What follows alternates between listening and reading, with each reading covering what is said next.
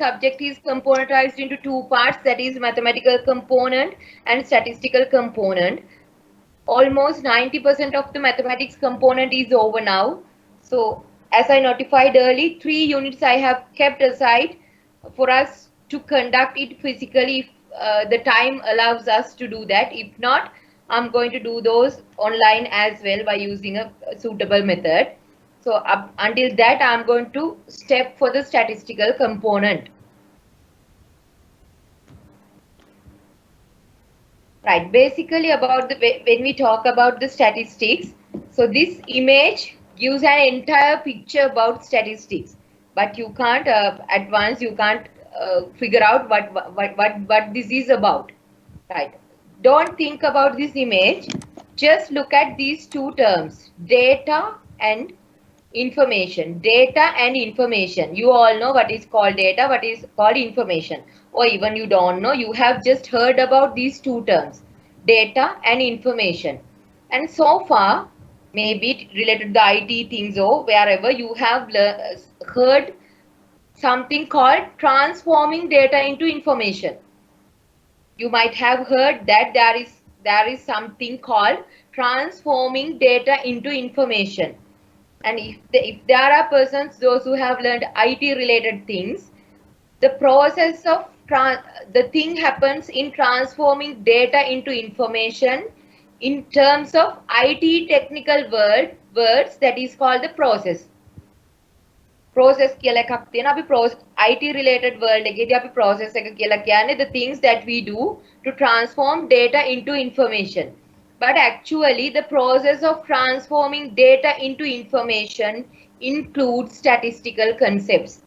Data information එකක් බවට පත් වෙන්නේ process එකකින් කියලා අපි IT වලදී ඉගෙන ගත්තට that process actually includes, or the role that plays actually in that process is statistical concepts. So basically, if someone asks what is called statistics, the things that we are doing in between transforming data into information is called the statistics. අපි use කරන concepts, data එකක් information එකක් බවට පත් කරන්න is called the statistics. Right. Then what is called data and what is called information? The very first thing that we need to figure out is the difference between the data and information. Data is the facts that we collect in a fresh manner. Data are the facts that we collectively. For example, just let's consider our class of mathematics. Just suppose in our class, if there are 50 students in the class, suppose I have collected marks obtained by you. අපි කරපු assignment එකට කියලා හිතමු. For the assignment that we have done, I am collecting the marks.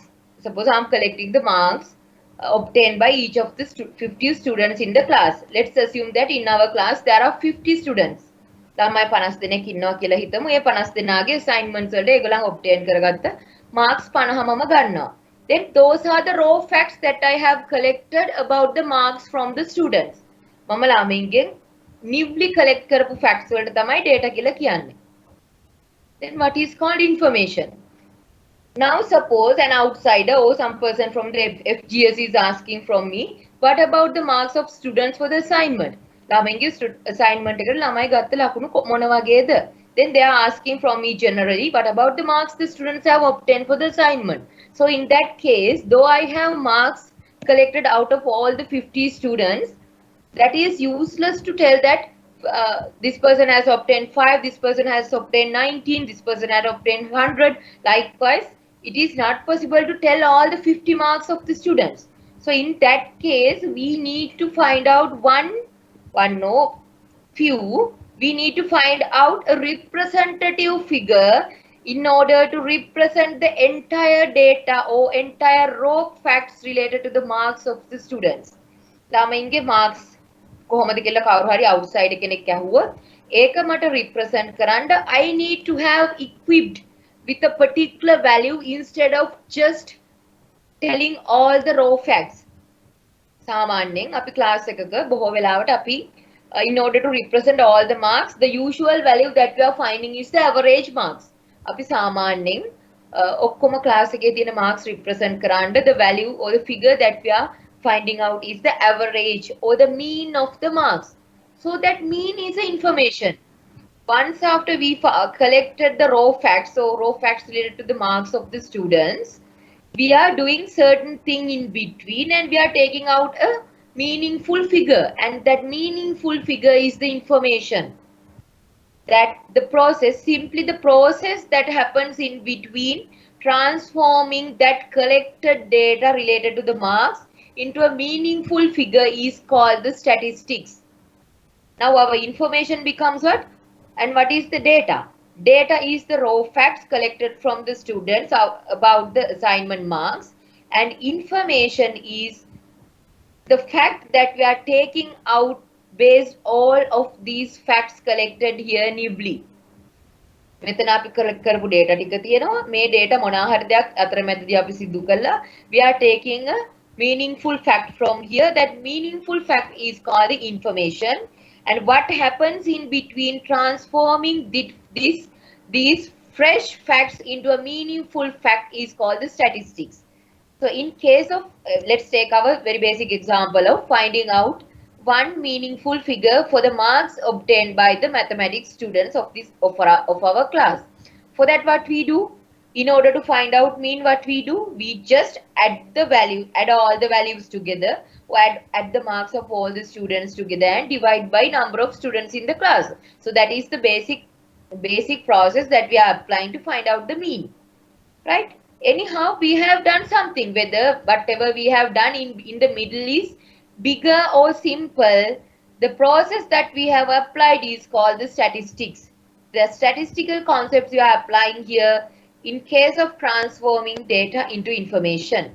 අපි newly collect කරපු fact එකක් meaningful figure එකක් බවට පත් කිරීමේ අතරමැද කාර්යාවලියේදී සිද්ධ කරන ලොකු හෝ පොඩි, whether it is bigger or small, any task that we do in between is called the statistics, right?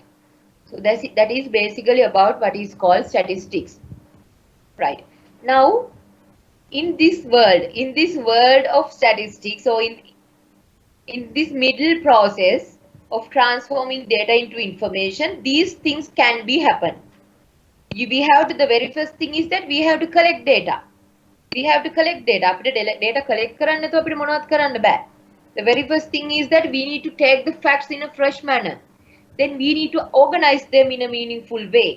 Then we need to display graphs, charts වගේ methods පාවිච්චි කරලා we can display. Then we can interpret and we can analyze. So this statistics, or whatever the things that happens in between transforming data into information, includes to this list. So in our very basic example of finding out the mean as the representative figure for the assignment marks obtained by students, the very first thing is that we have collected facts of the students. Abi students lage marks මුලින්ම එකතු කරා, that is collecting, right? Then we have done another thing, we have added them together, we have taken the sum of all the values, then we have divided it by the number of elements. අපි මොකක් හරි දෙයක් අතරමැද කරලා තියෙනවා, that is called the statistics, right? So statistics is simply the process happens in between transforming data into information. And here what can happen is these things. These are the layers of statistics. These can happen in between transforming this guy into this person. මේ ටික තමයි වෙන්න පුළුවන්. Then මේ data එන්නේ කොහෙන්ද කියන එක මෙතන තියෙනවා, right? Now throughout this entire unit, we are going to unveil each and every step or layer in this picture.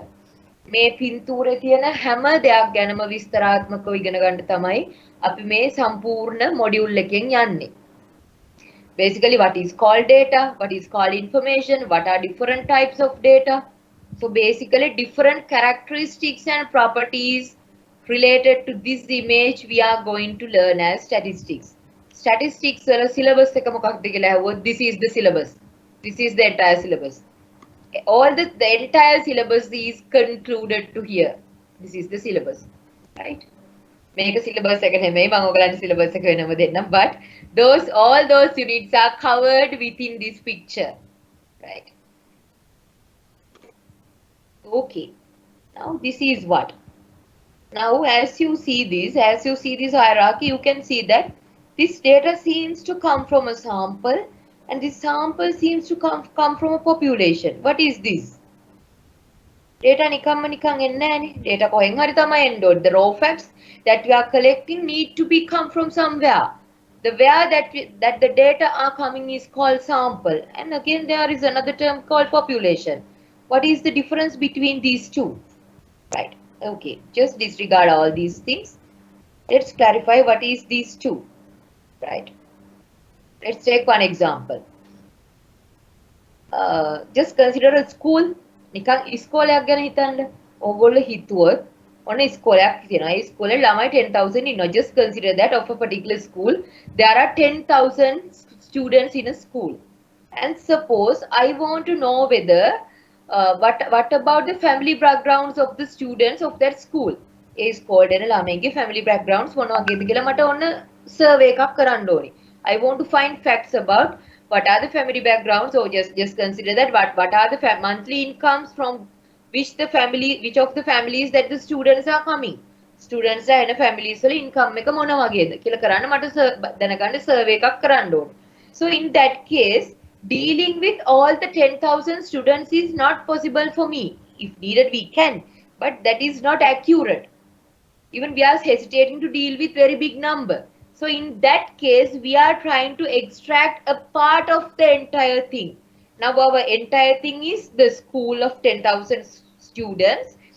So since it is not practicable, since it is impracticable due to the time constraints and those things, we need to find out only a representative part. We need to extract only a representative part of the population.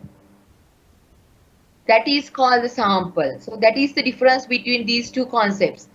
Population is basically called the entire thing or all the elements that fall under a particular interest.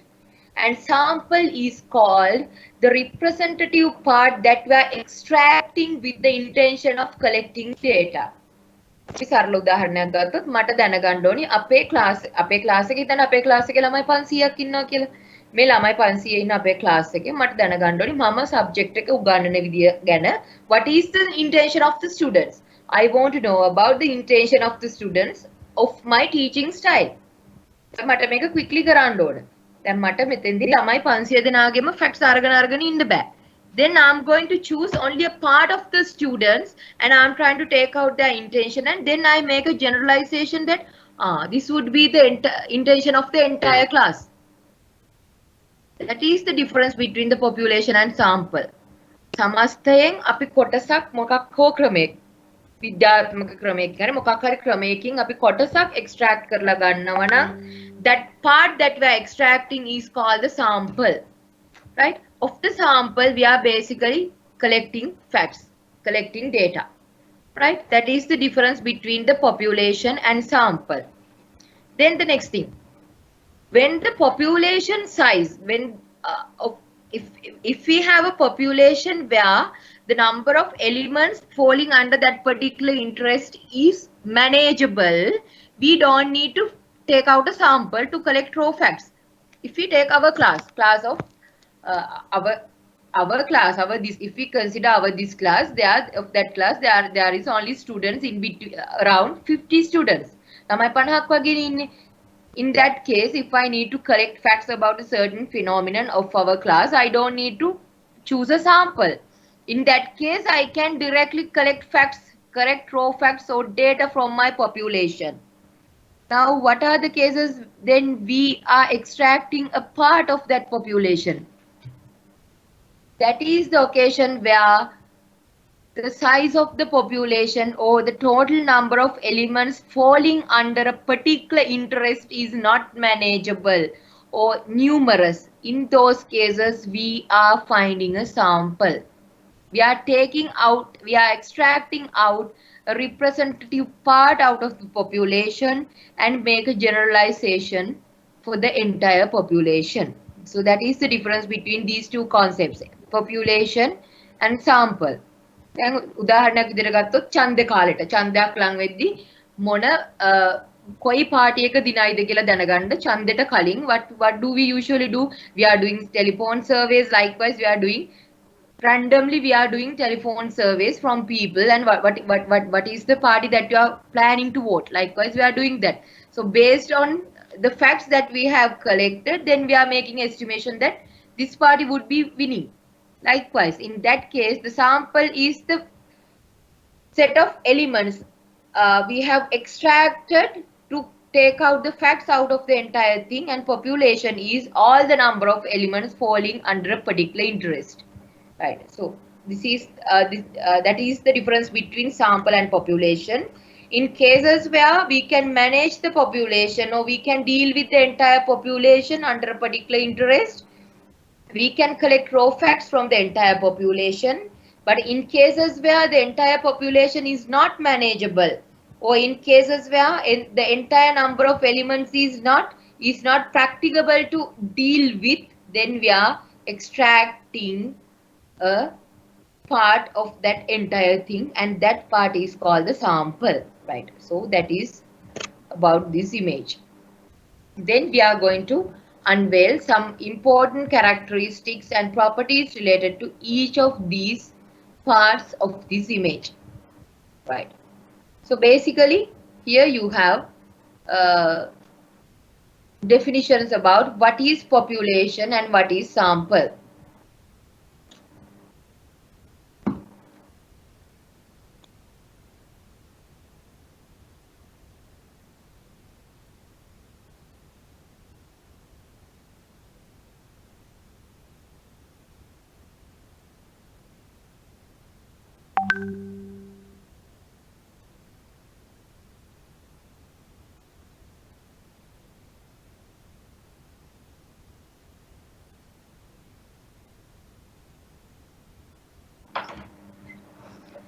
Population, a set which includes all elements of interest. The important term that you have to highlight here is interest.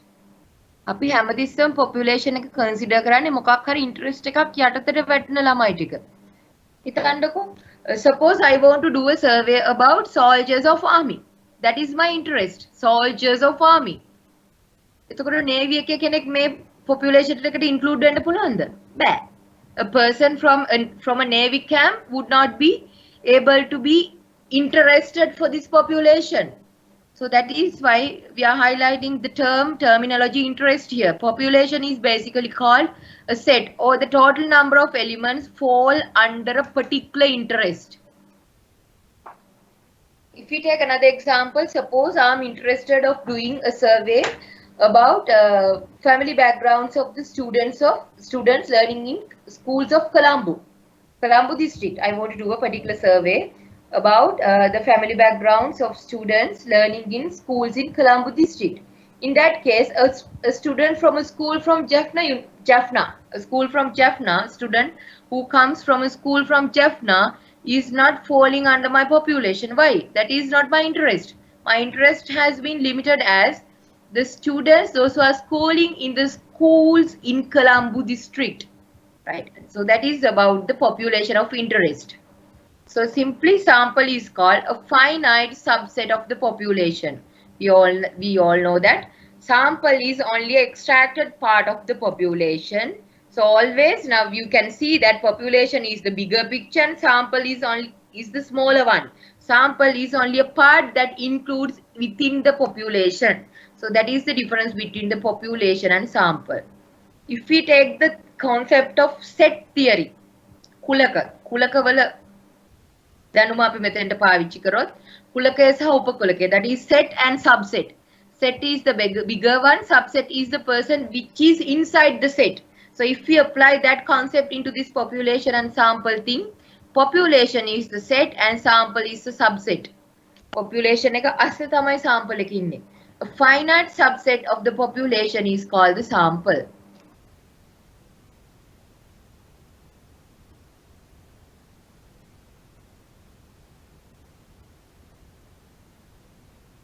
Right. Then another.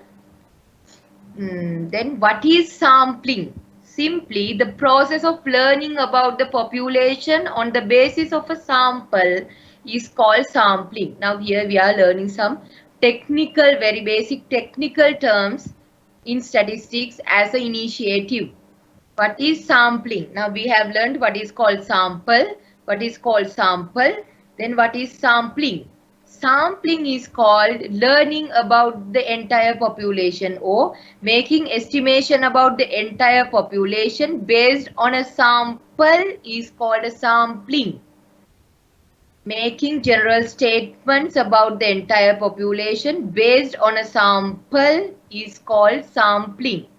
මම පොඩි උදාහරණයක් දෙන්නම් ඕගලන්ට.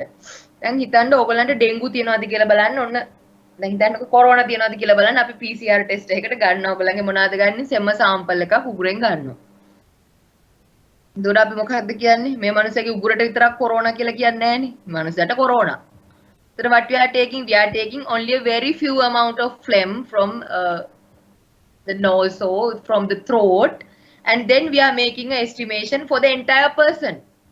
That person is covered with coronavirus, right? That is called sampling. Based on only a few amount, we are making a general statement. We are making a estimation for the entire thing. Another example. අපි blood test එකක් කරනකොට we are not taking about the entire pints of blood within the body. We are just taking few milliliters and we are testing them and then make an estimation that this person's white blood cells is like this, red blood cells is like this, right? That is called the sampling.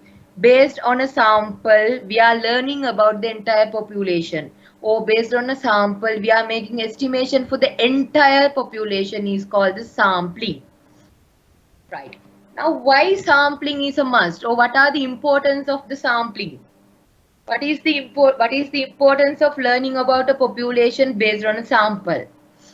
So those are these. Let's discuss what are the importances of learning about a population based on a sample. Impracticable to measure every element of the population. Impracticable to measure every element of the population. Just go through these points.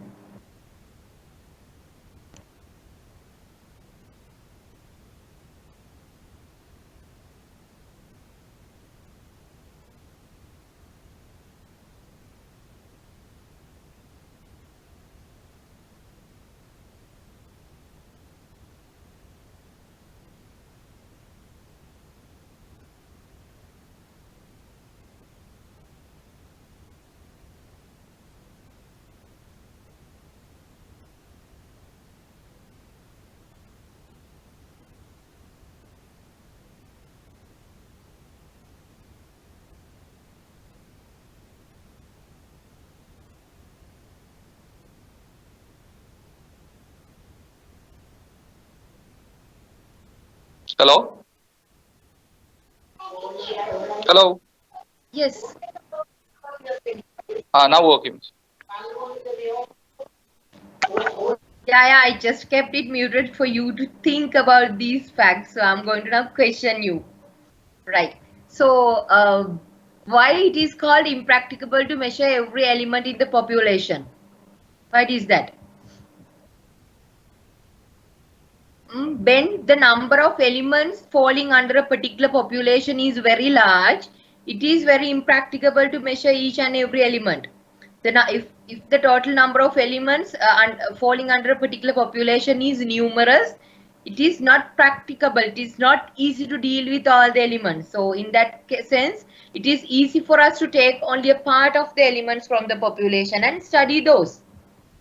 Right. Then less cost and less time. Less cost and less time. Why? What is that?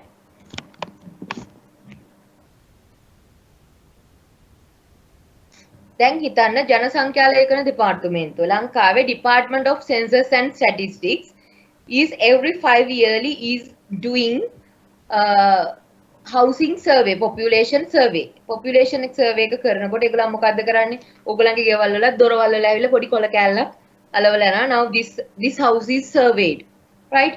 Now the people those who are coming to facts ඒගොල්ලන් ලොකු question එකක් එක්ක ඇවිල්ලා ඕගොල්ලන්ගේ ගෙවල් වලට facts collect කරනවා. income එක අහනවා. ගෙදර ළමයි කී දෙනෙක් ඉන්නවද කියලා අහනවා. ඔය වගේ ගොඩාක් ප්‍රශ්න ටිකක් අහගෙන යනවා. That is called housing survey. It is doing every 5 yearly housing and population survey. And they are asking questions. And now the people, those who are coming to the field and asking questions, are not actually the people from the Department of Census and Statistics. Those who are the enumerators hired from the department. In that case, when the number, the area or the number of people that they have to deal with is very large. So I took in sense of that example, very large. The cost that incurs for the Department of Census and Statistics is very large. ඒගොල්ලන් ලොකු එනියුමරේටර්ස් ලා ගානක් ඉන්වෙස්ටිගේටර්ස් ලා ගානක් field එකට යවනකොට ඒගොල්ලන්ට ඒ හැමෝටම payments කරන්න වෙනවා. හැබැයි ඒගොල්ලන්ට ඉන්වෙස්ටිගේට් කරන්න ඉන්න එලිමන්ට්ස් ගාන අඩුයි නම් ඒගොල්ලන් occupy කරන්න ඕන enumerators ලා. එහෙමත් නැත්නම් field එකට යවන්න ඕන මිනිස්සු ගාන අඩුයි. In that case the cost that the people those who are interested of doing a particular survey is less, and the time when we have to deal with a very bigger number of elements to make the measurements or collect the facts about, the time that required is very high. So less cost and less time needed when we study about a sample except a population. මුළු දැන් හිතන්නකෝ අපේ class එකේ මම මොකක් හරි දෙයක් ගැන මම උගන්වන විදිය ගැන ළමයි 50 දෙනාගෙන් අහනවට වැඩිය මට ළමයි 5 දෙනෙක්ගෙන් අහන විදිය less time. It required only less time. Right? So that is the meaning of less cost and less time. That is time saving and cost saving in case of learning about a population on the basis of a sample. Then more accurate. The facts that we collect is more accurate in case of learning from a sample. අපිට ගොඩාක් දෙයක් ගැන study කරන්න තියෙනකොට when we have to take measurements or collect facts from a numerous number of elements, the accuracy is low. Why? The concentration is very low. When we have to deal with a few number of elements, then we are also interested of, then the concentration given paid for each of the element is higher. That is called more accuracy. Then when it is impossible to study the whole population, what is this? This is kind of very important point. When it's impossible to study the whole population, there are certain occasions where though it is possible to deal with the entire population, there are certain occasions where sampling is a must. සම්පූර්ණ population එකම ගොඩක් ලොකු නැති වුණත් sampling එකකට යන්න වෙන අවස්ථාවල් අපිට තියෙනවා. As a must. So this point is for that. When it's impossible to study the whole population. Now I'm going you to tell that suggest impossible occasions of learning the entire population. Just guess and note down. These are possible kind of questions in the exam. What are the occasions where it is impossible to learn about the entire population? Or what are the occasions where it is impossible to measure or collect facts from the entire population?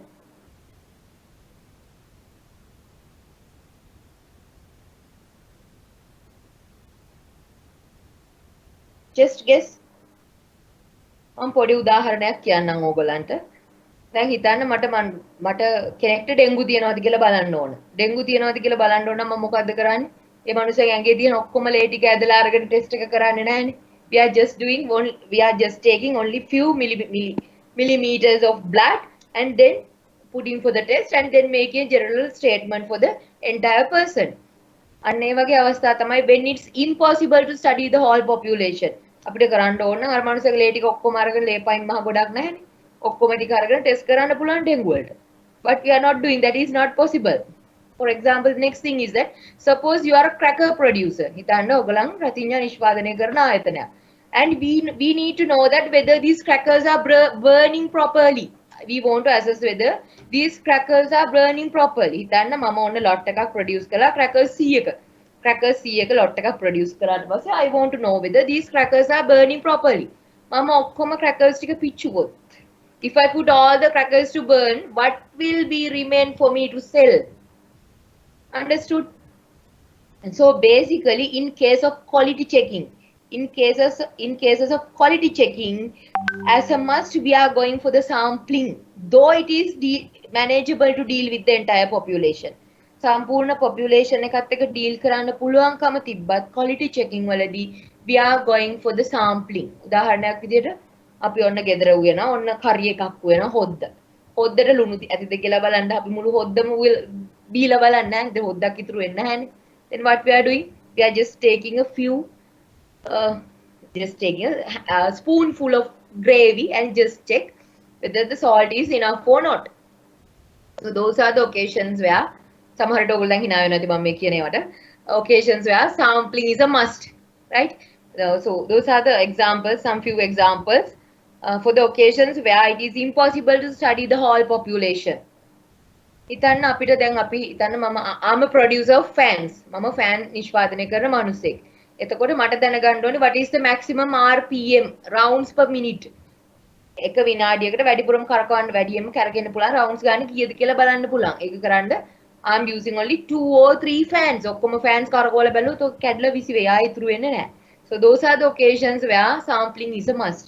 So basically sampling is always promoted rather than learning about a population due to the facts that it is impracticable to measure or take facts from each and every element of a population in the cases where the number of elements falling under a particular interest is very large. Or sampling is a bless since it is less costly and it is time saving. And since the total number of elements that we have to deal with is few, we are giving a good concentration of each and every element, then the accuracy of the data that we are collecting is high. Then the last one, though it is manageable to deal with the entire population, there are certain occasions where it is required as a must to deal with the sample. So those are the uses or the importance of learning about the entire population based on a sample, right? So disadvantages of studying a sample than a population. හැම එකකම හොඳ නරක දෙකම තියෙනවා. අපි sample එක කොච්චර sample එකකින් population එකක් ගැන estimation එක කරන එක කොච්චර හොඳයි කියලා කිව්වත් still there are disadvantages. Using a sample itself for a research, it does not represent the whole population and it is not possible to identify 100% accurate data. 100% accurate data එකක් එන්නේ නැහැ. හැමතිස්සෙම error එකක් තියෙනවා. මොකද ළමයි 500ක් තියෙන class එකකින් ළමයි 100ක් අරගෙන estimation එකක් කරොත් සමහර විට ওই 100ටම වෙනස් එකක් 101 වෙනි ළමයාගේ හිතේ තියෙන්න පුළුවන්. But we are not figuring out that, right? Because of that, the accuracy, 100% accuracy can't be expected. But considering all these things, sampling is better than studying the entire population, though it is not 100% accurate, right? Okay, now I told that throughout this entire unit, we are going to learn about certain things related to this picture. Now we have discussed from where these data are coming, whether it is from sample or whether it is from population. Then we are going to learn about different types of data. Here. On අපි කිව්වා sample එකෙන් තමයි usually data collect කරන්නේ, but if the population is manageable, we are collecting facts or data from the entire population. Now we are going to learn about certain characteristics and properties related to this data. Certain characteristics and properties related to this data.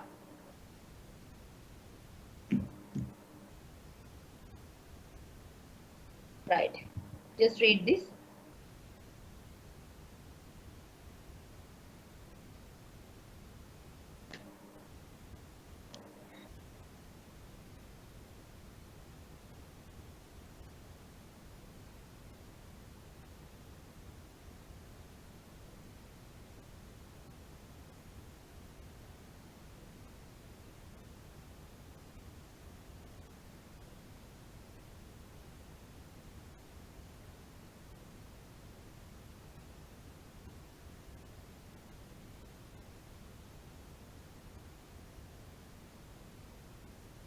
Statistical data collected for analysis may be either internal or external.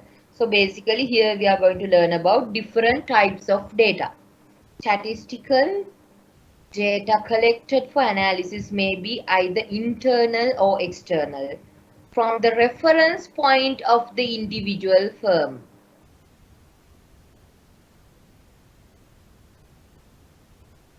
Reference point.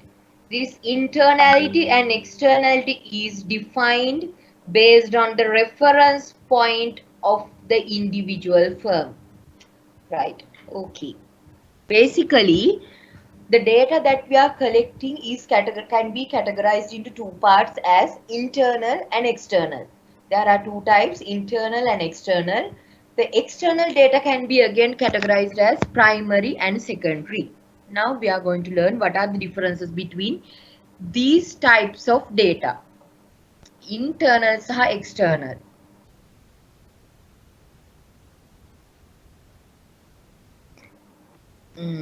කොහොමද? හරි.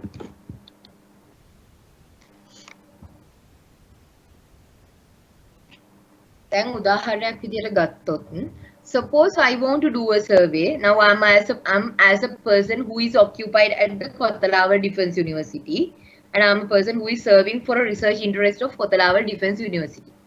Kottalawa Defence University එකේ වැඩ කරන මම ඔන්න study එකක් කරනවා. ඇයි මිනිස්සු postgraduate studies වලට යන්නේ? Why the people are going for the postgraduate studies? That is my interest of research. මම රිසර්ච් එකක් කරන්න යනවා මිනිස්සු ඇයි postgraduate studies වලට යන්නේ කියලා.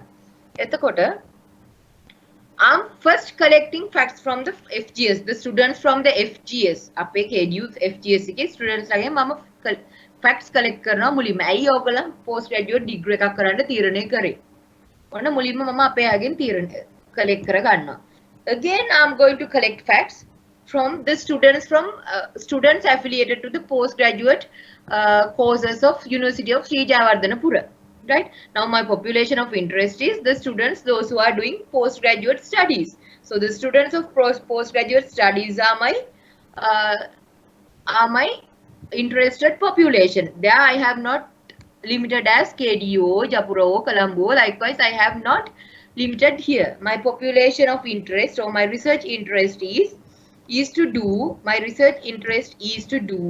to find out why people need to do postgraduate studies. That is my interest. So the population falling under this interest is all the people, those who are following postgraduate studies in Sri Lankan postgraduate institutes. Right. Then, as a person from the KDU, I'm going to collect facts from the students, those who are following postgraduate studies or postgraduate courses of the Kottalawa Defence University, right? And then again, I'm going to collect facts from the students, those who are following postgraduate affiliated courses of University of Sri Jayawardhanapura. In that case, මම data collect කරන්නේ postgraduate students ලාගෙන්. ඔන්න මම KDU එකේ යාගෙන් collect කරගන්නවා. කොතලාව Jayawardenepura යාගෙන් unit collect කරගන්නවා. ආයෙ Colombo University යාගෙන් collect කරගන්නවා. Again I am going to collect facts from the postgraduate students of University of Peradeniya. Likewise, I am going to collect facts from postgraduate students. And what becomes from me internal? The facts that I collect from the students affiliated to the Kottalawa Defence University's postgraduate studies is become internal for me. Why? According to the reference point. මම කරන්නේ KDU එකේ ඉඳන්. මම මෙතන ඉඳන් මම study එක කරන්නේ. කරනකොට මට internal වෙන්නේ මගේ ආයතනයේ දේවල්. So under the same interest, if I am taking facts from the external sources, those data become external data. Mama postgraduate students again collect කරපු facts, University of Sri Jayawardhanapura එකෙන් මම ගිහලා collect කරගත්ත facts, that becomes external for me, for myself, since I am occupied here and I am doing this study, right? Suppose the same study is doing by a lecturer from University of Sri Jayawardhanapura. දැන් හිතන්න University of Sri Jayawardhanapura එකේ lecturer කෙනෙකුට ඕනි වෙලා තියෙනවා to do the same study to find out the facts led for the people to go for postgraduate studies. And if that person is collected facts from the postgraduate students of University of Sri Jayawardhanapura, for that person those facts are internal. If that same person is coming to KDU and collect facts from KDU postgraduate students, and for that person the facts collected from the KDU become external. Now you might have understood this internality and externality is defined from the reference point of the individual firm. Reference point. අපේ ආයතනයෙන් අපි collect කරගන්නවා නම් ඒක අපිට internal. About the same interest, if we are taking out from our firm, that is called the external. Then this externality is divided again into two parts, primary and secondary, this externality. Right. Now, related to the same example, suppose I myself personally go to the University of Sri Jayawardhanapura. Suppose on a weekday, weekend day, I'm going to University of Sri Jayawardhanapura and I'm personally meeting the postgraduate students and I'm collecting facts from them. I myself directly go and collecting external facts from them, and that becomes primary. If I myself collect external facts, that becomes primary. Right. Then hitanda about the same interest, that particular lecturer from the Sri Jayawardhanapura also has collected facts. Sri Jayawardhanapura University එකේ lecturer කෙනෙකුත් මේ වගේ study එකක් කළා. ඒගොල්ලන්ගේ postgraduate students ගේ ඇයි ඕගලන් postgraduate studies කරන්න කියලා ඕන facts ටිකක් collect කරගෙන තියන් ඉන්නවා. But they have done this study for their particular purpose. Anyhow, if I can apply those facts for my study also, I'm going to take those facts from that person. I'm going to hire those facts, and those facts become secondary for me. So within this externality, if I myself directly collect facts from external sources, becomes primary. If I take the facts collected by some another person for my requirement, that becomes secondary. For the internal case, we are not believing about this primary and secondary categorization, because since it is my individual firm, we don't need to collect facts, we don't need to collect data, we don't need to take data some another person has collected. මේ secondary කියන එකට internality වලට අපිට යන්න අවශ්‍යතාවයක් නැහැ.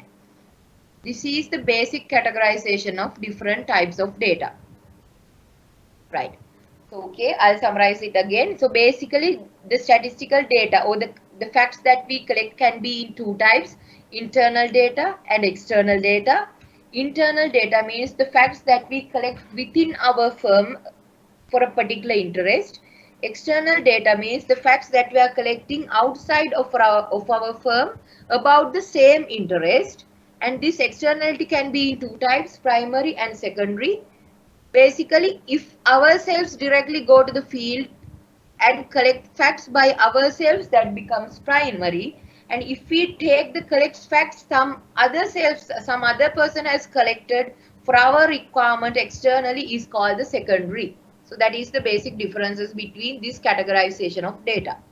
So just you can go through this explanation.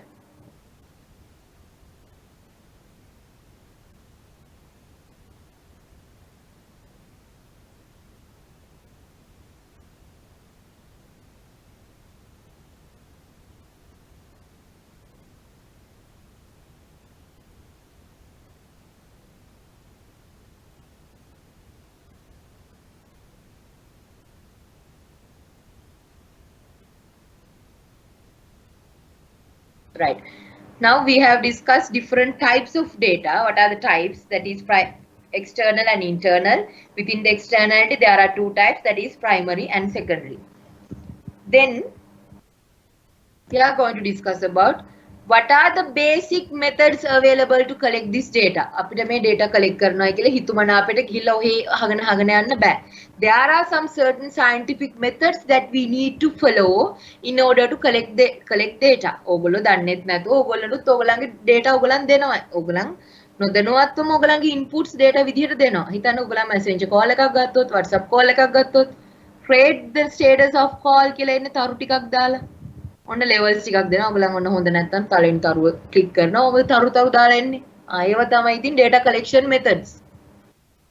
Unknowingly that we are providing our inputs for a particular person, a survey of a particular person. Right. And those are called primary methods of data collection. Data collect කරන්න තියෙන primary methods. So basically these are the 5 basic methods that we are using to collect facts. Just go through this.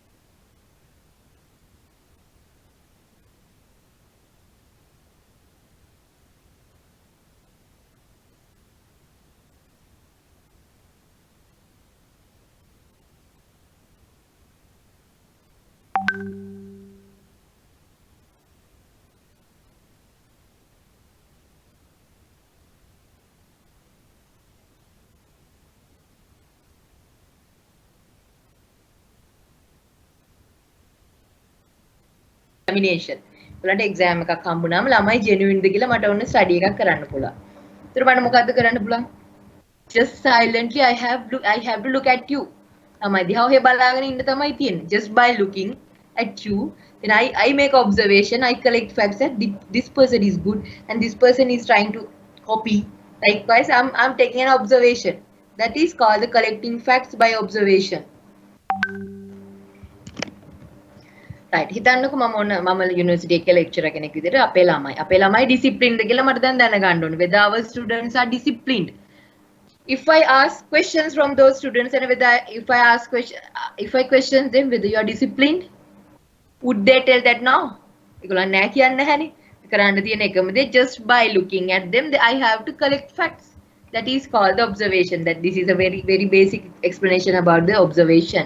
You can read these, right? ඔයාලට තව වැඩිපුර හොයලා කියවන්න පුළුවන් මේක. Then focus group. What is called focus group?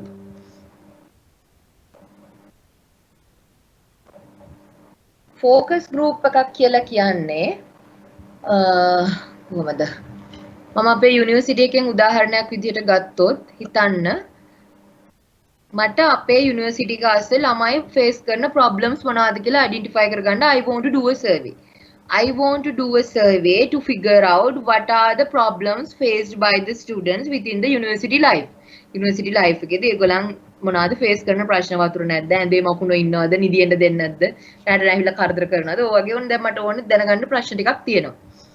එතකොට I can't take facts from all the students within the KDU. Then what can I do is, anyhow now I need facts. I need to find out the problems faced by students, not only from one faculty. I want to have a general statement or general.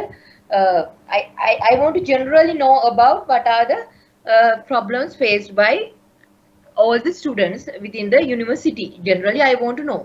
එතකොට මම කරන්නේ basically I can divide my university into faculties. මට පුළුවන් ලේසිම clusterization එක තමයි university එක ආසේ identify කරගන්න පුළුවන් වෙන faculties ටික. හිතන්න medical faculty, engineering faculty, management faculty, allied health faculty. Likewise there are several faculties. මට ඕන මේ faculties ඔක්කොටම පොදුවේ මේ faculties වල ඉගෙන ගන්න ඔක්කොම ළමයිනේ. ළමයි face කරන problems මොනවද කියලා දැනගන්න.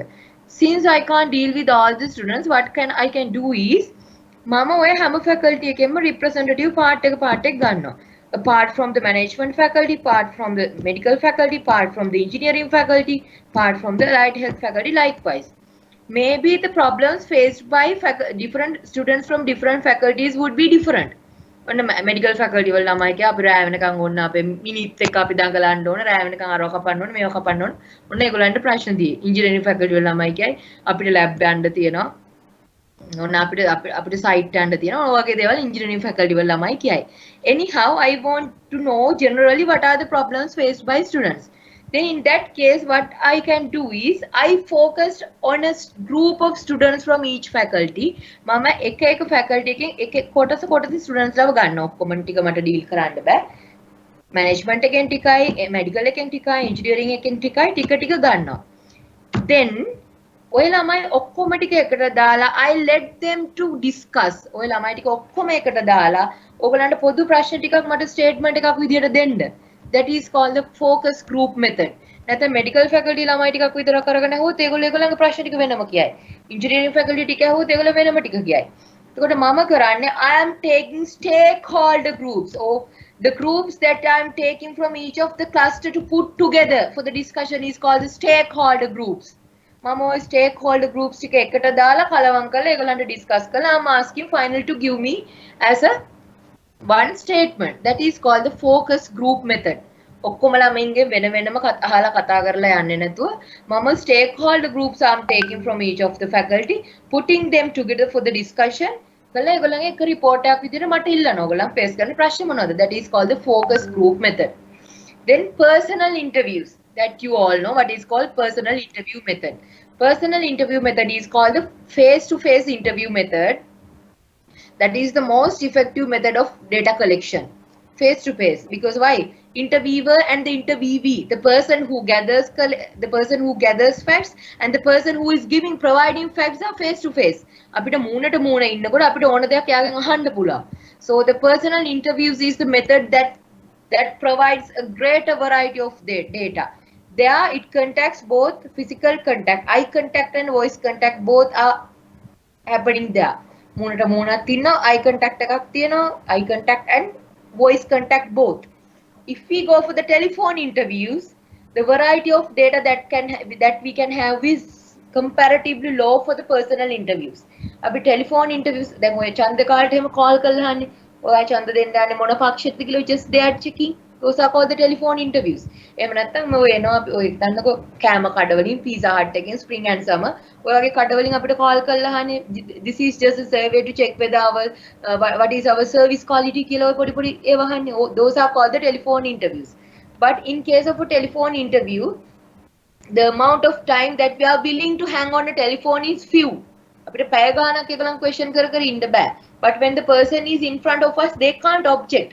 අපි ටෙලිෆෝන් එකෙන් කියනකොට අපිට short and sweet අහන්න තියෙන ටික සරලව අහලා ඉවර කරන්න ඕනේ. There the variety of data that we can gather from the person or the person who is providing data, providing facts is comparatively less in case of telephone interviews. There it incurs only a voice contact. Voice contact එකක් විතරයි interviewers සහ interviewee අතර වෙන්නේ. සිද්ධ වෙන්නේ. Right. Another term is the enumerator. Enumerator කියන්නේ data collect කරන කෙනා. Investigator කියන්නේ data collect කරන කෙනා. Right. Next one is internet surveys or mail or internet surveys. ඔයගලන්ට Google form විදිහට එනවා එක එක fill කරලා යවන්න. Now the problem with this internet surveys, mail or internet surveys is the response rate. දැන් ගොඩක් වෙලාවට අපිට එවනේ අපි පුරවලා යවන්න කම්මැලි. ඒක දිග වැඩි වෙනවා නම් කොහොමත් කම්මැලි යවන්නේ. So this is the easiest method. This is the easiest and less costly method comparatively to all these things. Make a hurry less costly, but the problem is the response rate. Minis අපිට කොච්චරක් response කරයිද කියන්න අපි දන්නේ නැහැ. So basically these are the methods that we follow to collect data.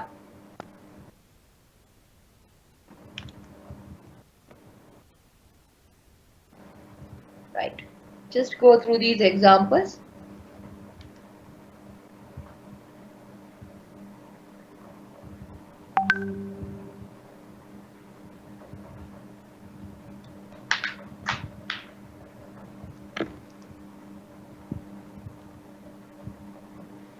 So for the observation thing, there is a very interesting example is there. Go to a border crossing and observe how long it takes for each truck to cross. Right. ඒක වෙන කතන්දරයක්. දැන් අපි හිතන්නකෝ මම ඔයගලන්ට කිව්වේ මිනිස්සුන්ගේ behaviors. If we want to observe, if you want to do studies about the behaviors of people, observation is the only available method. තව example එකක් මේ තියෙන්නේ. එහෙම නැත්නම් හිතන්නකෝ බොරු පෙන color light එක. If we want to know what is the number, I want to do a survey about what is the number of vehicles passing for a minute through that color light. For that, what I can do? I can't just talk with the vehicles. මට කොලයක් තියාගෙන ඉතින් color light එක ගාව හිටගෙන mark කරන්න තමයි වෙන්නේ. car මෙච්චරක් ගියා, lorry මෙච්චරක් ගියා. Likewise, those are called the observation.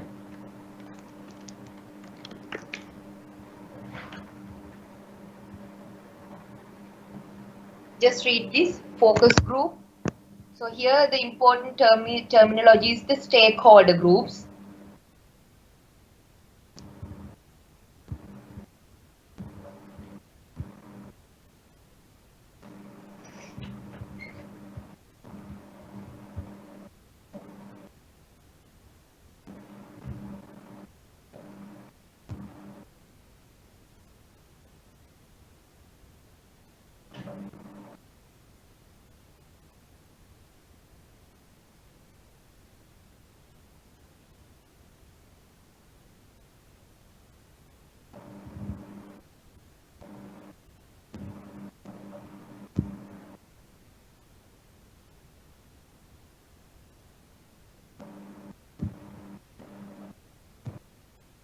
Right.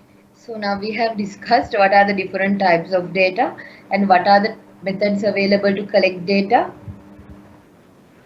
Then we are moving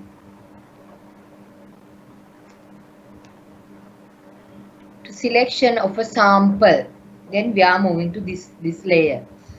දැන් අපි කතා කරා population එක සම්පූර්ණ population එකත් එක්කම අපිට deal වෙන්න බැරි වෙලාවට the method that you are following is that we are extracting a subset out of the population.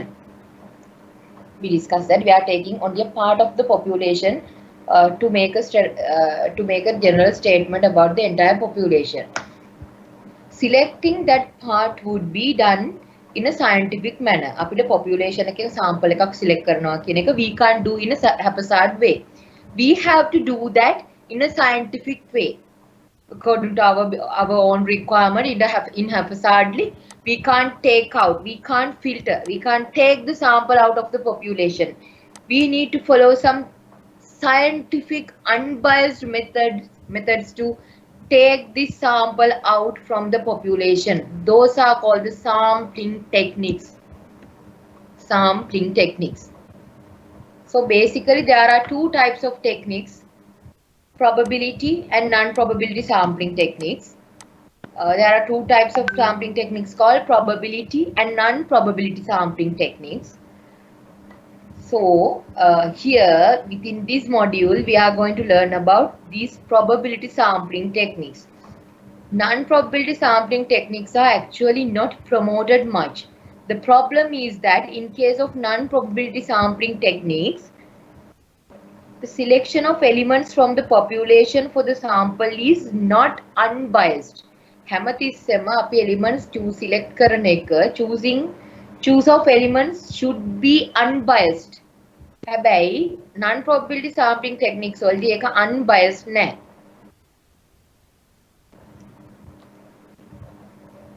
Okay, I'll just explain why it is not unbiased. Kata unbiased, biased, unbiased, biased and unbiased. So to be the sample is a good one. Always the selection procedure of the sample from the population should be unbiased. It should be unbiased. Convenience. So if we go for the non-probability sampling techniques, so first it shows convenience sampling. Convenience කියන්නේ මොකක්ද? For our easiness, අපේ පහසුවට අපි sample එක select කරගන්නවා. We are taking out the sample out of the population for our convenience. හිතන්නකෝ දැන් අපේ class එකෙන් if I want to select a sample of 10 students, I am going to take only the students at the first two rows. So that is not unbiased, that is biased. Then judgment sampling. Judgment is that I think that for a particular survey, if I want to collect facts about a certain thing, from our class, then I think that these people might be answering my questions very well. I'm doing a proper judgment. Based on my judgment, I'm selecting the elements to be included for the sample. That is called the judgment sampling. Now you can see that the problem always occur in case of non-probability sampling is unbiased, is the biasedness. Biasness කියන එක තියෙන්න බෑ. හොඳ sampling technique එකක් නම් biasness කියන එක තියෙන්න බෑ. The next one you have here is the quota sampling. Quota sampling. quota එකක් ගන්නවා කියලා කියන්නේ කිසිම වග විභාගයකට ඔය කොහෙන් හරි set එකක් ගන්නවා. quota එකක් ගන්නවා. It is not even random. That is called the quota sampling. The problem with all these non-probability sampling technique is the biasness. Right? So in order to overcome the problem of biasness, we are going for the probability sampling techniques.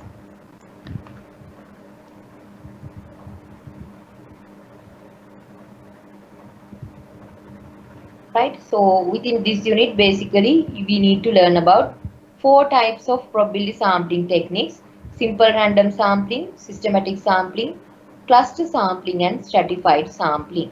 Simple random, systematic, cluster, and stratified.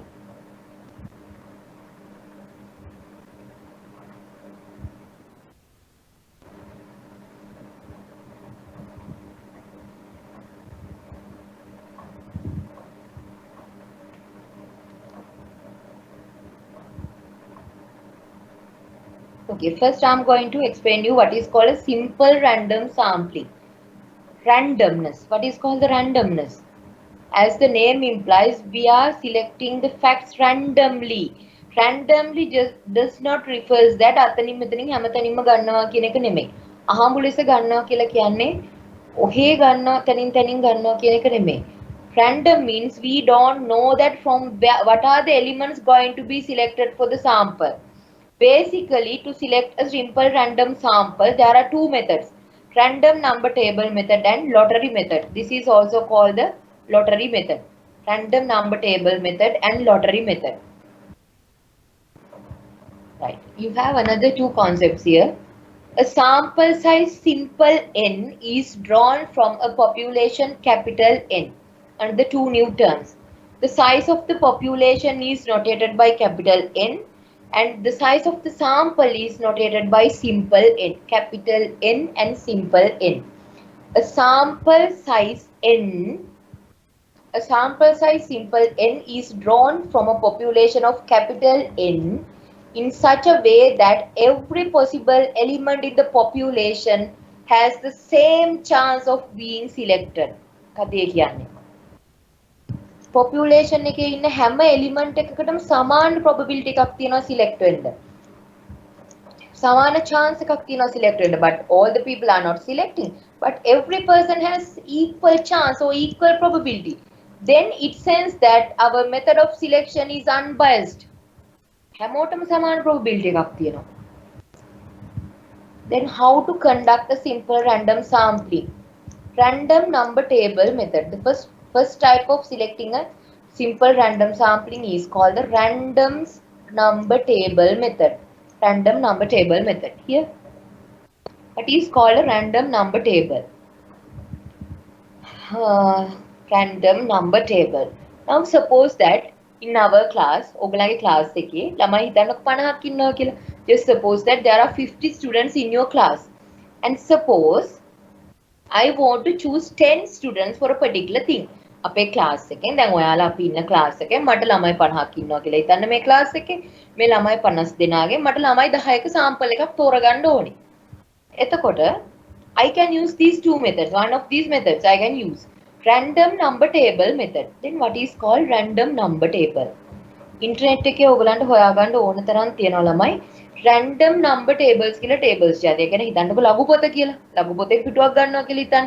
ඒවා කිසිම සම්බන්ධතාවයක් නැහැනේ.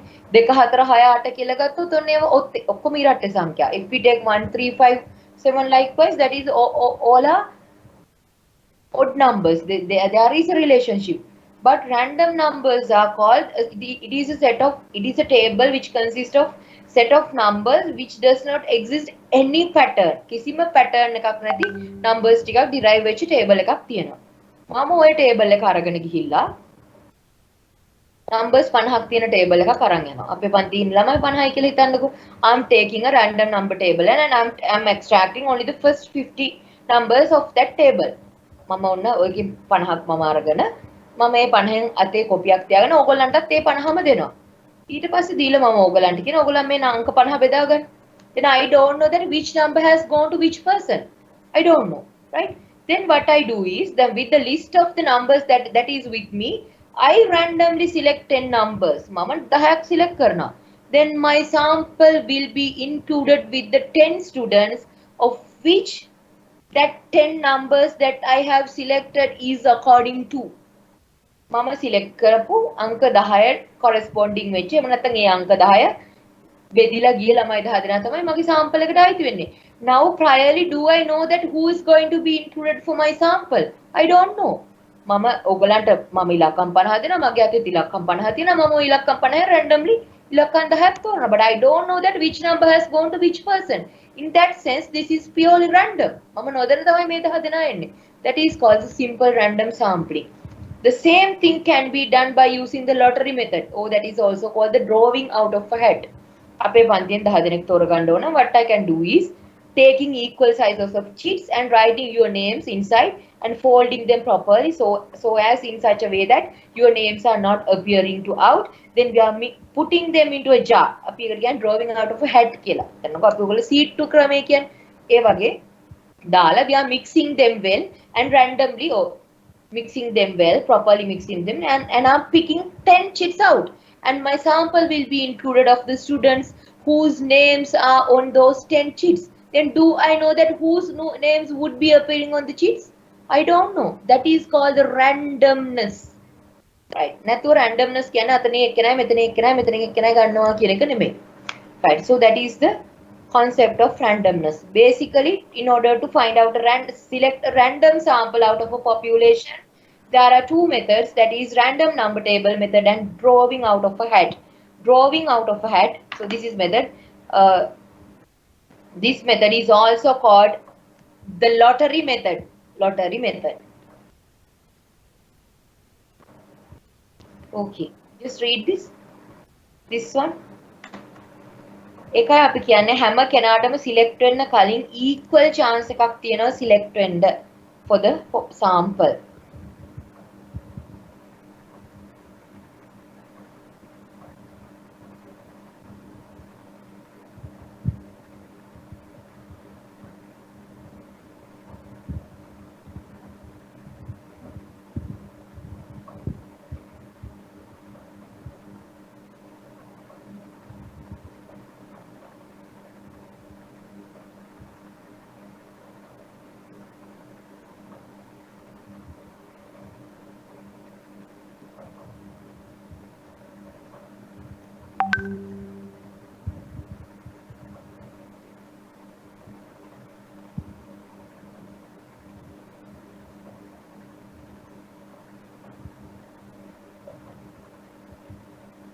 Sampling interval, and this sampling interval k is found by dividing capital N by simple n. Now already we know that capital N refers to the population size and simple n refers to the sample size, right?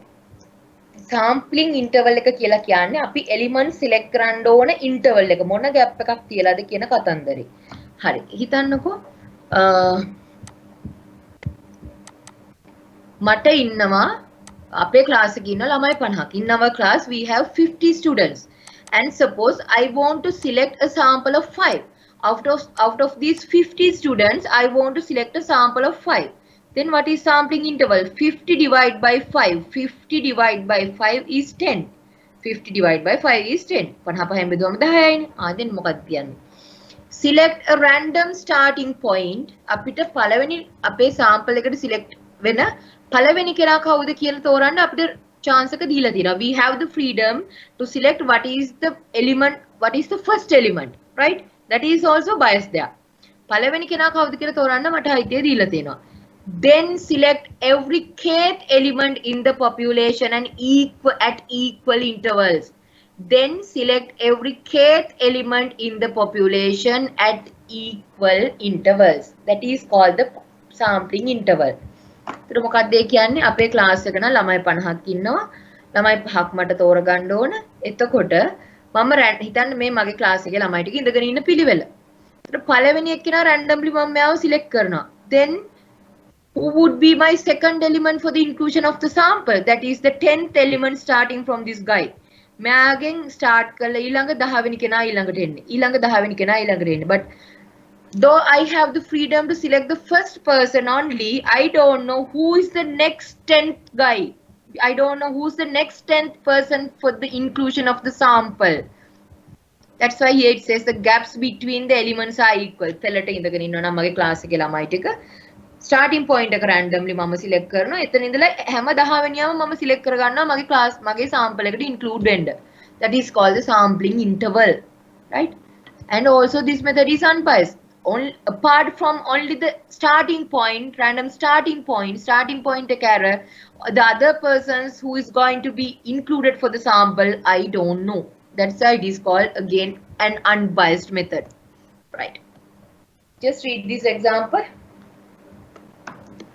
An elaboration of the systematic method with an working example.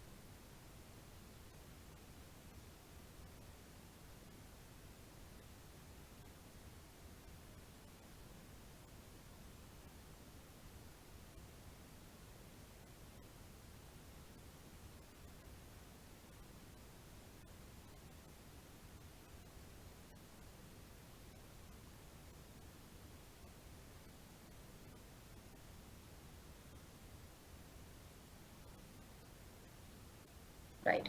Then we are coming for the cluster sampling.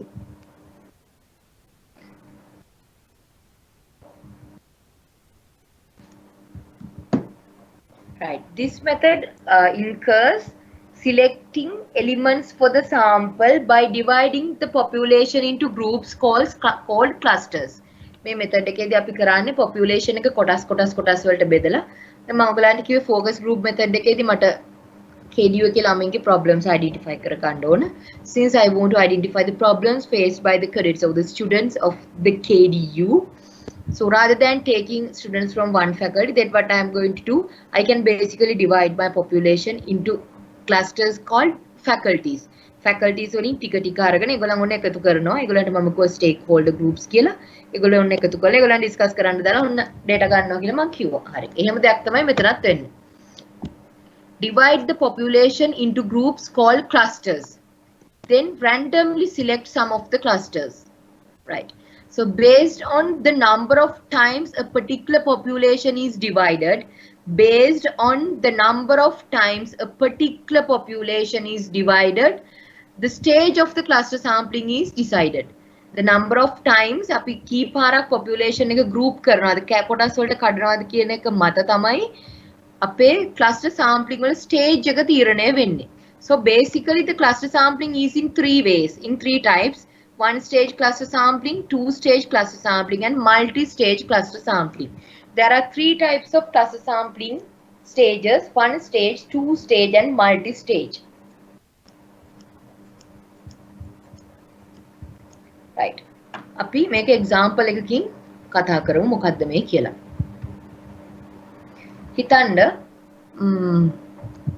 හිතන්නකෝ මට Colombo district එකේ school level students ගන්න මොකක් හරි study එකක් කරන්න ඕනේ. I want to do a particular study or I want to know about the transportation traveling methods of students to the schools of Colombo district. Colombo district के ළමයි ස්කෝල්ට එන methods ගැන මට study එකක් කරන්න ඕනේ. I want to do a study or do a survey about traveling methods of students for the schools in Colombo district, right? Suppose the very basic method of clusterization I can identify in order to get know about the students is schools. ඉස්කෝලයන් ළමයි ගැන ළමයිව මට තෝරගන්න මට තියෙන primary clusterization method එක තමයි schools. ස්කෝල වලින් තමයි මට මූලිකව ගන්න ඕනේ. So I'm going to divide the population of school students of Colombo district. That is my population. Population of school students of Colombo district I'm going to divide according to schools. That is my first grouping method, right? Then randomly, suppose I can't consider all the students of all the schools. Then suppose I have decided to consider only 3 schools. I have decided to consider only 3 schools. Skola 3ක් විතරක් මම consider කරන්න තීරණය කරා. Then randomly, by using simple random sampling or systematic sampling, then I can choose only 3 schools. Suppose randomly, by using a particular method, suitable method, suppose I have chosen, it has chosen for me the 3 schools, school number 5, 28 and 16. School number 5, 16 සහ 28 කියන school තුන උතරක් select වුණා කියලා හිතන්න. In that case, if I consider all the students of those 3 schools, that is called one stage cluster sampling. මගේ population එක මම divide කරලා තියෙන එකපාරයි. ඒකෙන් select කරගත්ත clusters වල සියලුම elements මම consider කරනවා නම් that is called one stage. Why it is one stage? I have divided my population only once. That is according to school.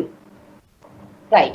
දැන් හිතන්න මේ ස්කෝල තුනෙත් ඉන්න ළමයි ගාන, if the number of students in these 3 schools also not manageable for me, it is not practicable to deal with, right? මට තවදුරටත් මේ sample එක පොඩි කරගන්න ඕනේ. I want to narrow down the sample. Then I'm going to select, or I'm going to do another grouping within these schools. Of these selected through 3 schools, I'm going to do another grouping. The basic type of grouping that can identify within the schools is grades. School වල අපිට identify කරගන්න පුළුවන් සරලම grouping method එක තමයි grades. Then මම තීරණය කරනවා, I decided to randomly choose one grade from each school. හැම school එකෙම randomly එක grade එකක් තෝරගන්නවා කියලා මම decide කරනවා. Suppose out of the school 5 it has randomly chosen group grade. හිතන්න මම use කරනවා කියලා random number table method එක grade එකක් choose කරගන්න. Out of the school 5, suppose it has chosen grade 8, and out of school 6 it has chosen grade 10, and out of school 28 it has chosen grade 9. Now once after chosen these grades, I can't do any selection rather than this. Then I have to consider all the students of grade 8 from school 5, grade 10 from school 16 and grade 9 from school 28 for the inclusion of my sample. එතනින් මට තවදුරටත් අඩු කරන්න බෑ. Right? Now here I have clusterized or divided my population twice according to 2 criteria. That is, first according to schools, then according to grades. That is why it is called 2-stage cluster sampling. Then we are moving to the multi-stage. හිතන්න මට මේ ස්කෝල තුනේ මේ select කරපු grade වල ඉන්න ළමයි ගානත් වැඩි කියලා. එහෙනම් මම හිතනවා හරි. මම මේ ස්කෝල වල හිතන්නක මේ ස්කෝල තුන mixed schools කියලා. I'm going to consider only the male students of these grades of these schools. Now how many times I have divided my population according to different criteria? 3 times. Firstly, it has divided according to schools, then according to schools and grades. Now here, schools, grades and according to gender, I'm going to consider only the male students. I have divided my population according to 3 clustering criteria. That is called the multi-stage. If we are applying more than 2 criteria to narrow down my sample, that is called multi-stage cluster sampling. So further you are going to divide. If you are going to take only the male students whose age is more than 5 feet and 3 inches of each grades of each school selected. That is how many times we are clusterizing my population? 4 times. According to schools, grades, then according to gender, and then according to height. That is called those are the different stages of cluster sampling. Then we are moving for the stratified sampling. This is also somewhat similar to the cluster sampling. In case of cluster sampling also, we are dividing the population into groups, and in case of stratified sampling also, similarly, we are dividing the population into groups. The gravity that we are the gravity of the division is the difference here. Now, in case of cluster sampling, the groups that we are dividing the population into was called as clusters. Here it is stratums or strata. Here it is stratums or strata. Here it is stratums or strata. Right. Now here, the most important feature is that these strata we are choosing in such a way that elements within each strata are homogeneous. ඔක්මේ ස්ට්‍රේටම් එකේ ඉන්න ඔක්කොම elements homogeneous වෙන්න ඕනේ. එක වගේ වෙන්න ඕන. Then subsamples are taken from each of the strata. හැම stratum එකෙම subsamples අරගෙන ওই samples ටික එකතු කරලා අපි අපේ final sample එක හදා ගන්නවා. These are called stratified samples. ඒ කියන්නේ මොකක්ද? හිතන්නකො මේ ඉන්න අපේ ශ්‍රී ලංකාව කියලා. මෙන්න අපේ ලංකාව. මේක ඇතුළේ ඉන්න සිංහල අය ඉන්නවා, තමිල් අය ඉන්නවා, මුස්ලිම් අය ඉන්නවා, මැලය අය ඉන්නවා, එක එක ජාති වල වර්ගවල අය ඉන්නවා. Suppose the stratification criteria that I am going to divide my population is the nationality. හිතන්නකො මගේ population එක group කරන්න මම use කරන stratification criteria is the nationality. හිතන්නකො මම හිතනවා ලංකාවේ ඉන්නේ සිංහල, දෙමළ, මුස්ලිම් විතරයි කියලා. Then I am taking separately each of the nationalities separately. Sinhala tika venama ganna, Tamil tika venama consider karna, Muslim tika venama consider karna. Now within the Tamil cluster, they are homogeneous. Within the Sinhala cluster, they are homogeneous. Within the Muslim cluster, they are homogeneous. That is called the homogeneity. Homogeneous stratums we are considering separately. Then using a random sampling technique, may හැම stratum එකෙම කොටසක් අපි ගන්නවා වෙන වෙනම. Then my final sample would include the collection of these stratified samples we have taken from each of the strata. එතකොට මගේ අවසාන ආය sample එකේ මොකද්ද තියෙන්නේ? ආයෙත් මෙතන තියෙන ಜಾති ටිකම ඔක්කොම මෙතන තියෙනවා. In order to ensure that it is coming from the sample is included with all the type of the people that included for the population, we are going for this stratified sample. මොකද මෙතන ඉන්නවනම් සිංහල, දෙමළ, මුස්ලිම් කියන ಜಾති තුනම අපි මේ විදිහට කොටස් කරගෙන ඒගොල්ලන්ගේ වෙන වෙනම කොටස් අරගෙන අපේ sample එක හදා ගන්නවා නම් එතෙන්දී එක ಜಾතියක්වත් අතහැරෙන්න තියෙන ප්‍රවණතාවයක් නැහැ. No tendency of missing any persons from each of the stratum or each of the nationality. This is called the stratified sampling. Elements within each strata are homogeneous. Subsamples are taken from each of the strata using simple random sampling relative to the proportion of that stratum. Proportion එකට තමයි ගන්නෙ. මොකක්ද ඒ කියන්නේ? හිතන්න ශ්‍රී ලංකා හරි අපි example එකක් ගමු. මොකක්ද ඒ කියන්නේ? මේ හිතන්න මේ තියෙන ඇමරිකාව. මේ තියෙන ඇමරිකාව. ඇමරිකාව සමන්විත වෙනවා black මිනිස්සුන්ගෙන්. America is consisted of black people, white people, Asian, and suppose it is Latin. Suppose it is Latin. Suppose it is Latin. Suppose American population is constituted of these 4 types of nationalities.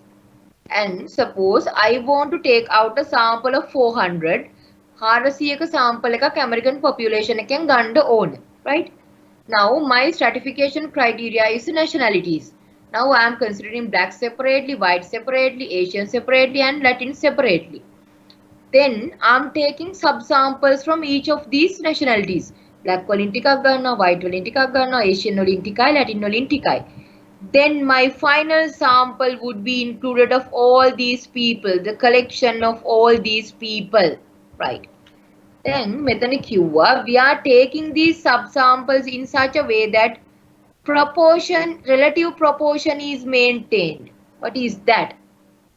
Now, suppose already we know that within the American nationality, within the American population is constituted of 25% of black, 30% of white, 5% of Asian and 40% of Latin. Suppose like that. And this proportion has to be maintained in the sample as well. එහෙනම් මොකද කරන්න තියෙන්නේ? sample එකෙත් මේ proportion එකම තියෙන්න ඕන. සමස්ත American population එකේ black 125ක් තිබ්බනම් මං ගන්න 400 sample එකේ තියෙන්න ඕනි 125යි. එහෙනම් කීයද දෙන්න ඕනි? American population එකේ 125ක් ඉන්නවනම් 400ක කොච්චර තියෙන්න ඕනද? 25% out of 400, that is 100. White අය 130යි නම් ඉන්නේ 400න් කීයද තියෙන්න ඕනි? 120යි. Asian අය 105යි නම් 400කට 20යි. Latin අය 140යි නම් 400කට 160යි. කොහොමද එක ගත්තේ? 400 out of 25%, 400 out of 30%, 400 out of 5%, 400 out of 40%. දැන් මේ හතර එකතු කරගත්තොත් ඔයගලන්ට 400 වෙනවා. එතකොට මොකද්ද කියන්නේ? In order to extract this sample of 400, we need to have 100 from black, 120 from white, 20 from Asian and 160 from Latin, in such a way that the default proportion that exists from the population to be maintained within the sample as well.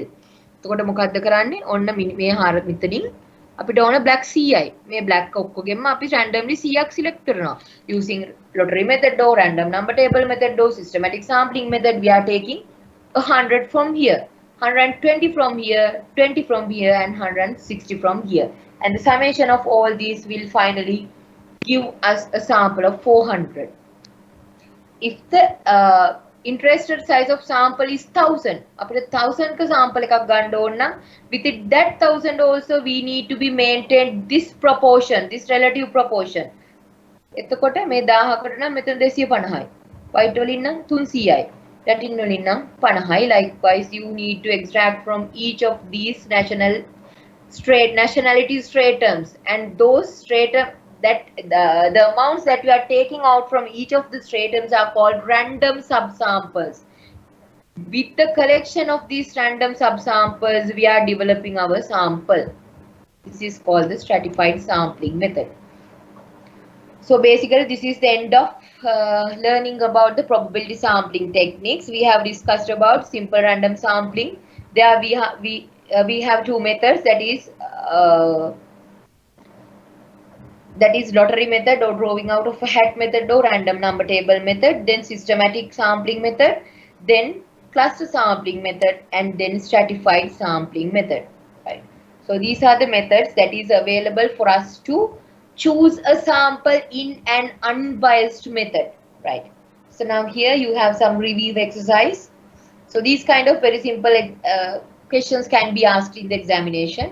In a class there are 18 students and I'm asking you to design how to choose a sample of 6 students by using a simple random sampling method, systematic sampling method, cluster sampling method and stratified sampling method.